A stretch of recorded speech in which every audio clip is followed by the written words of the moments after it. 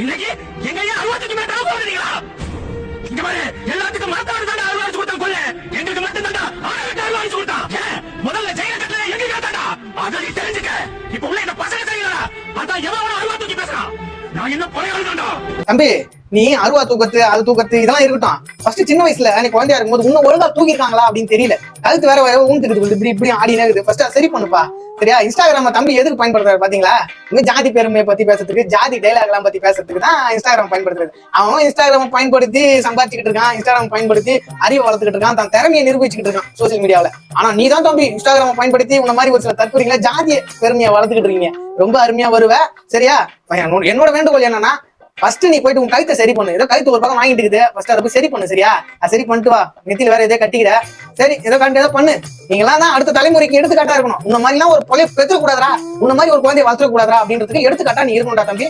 இப்படியே நீ தொடர்ந்து பண்ணிக்கிட்டு இரு. அப்பதான் அடுத்த தலைமுறைக்கு நீ ஒரு அசிங்கமா இருப்ப.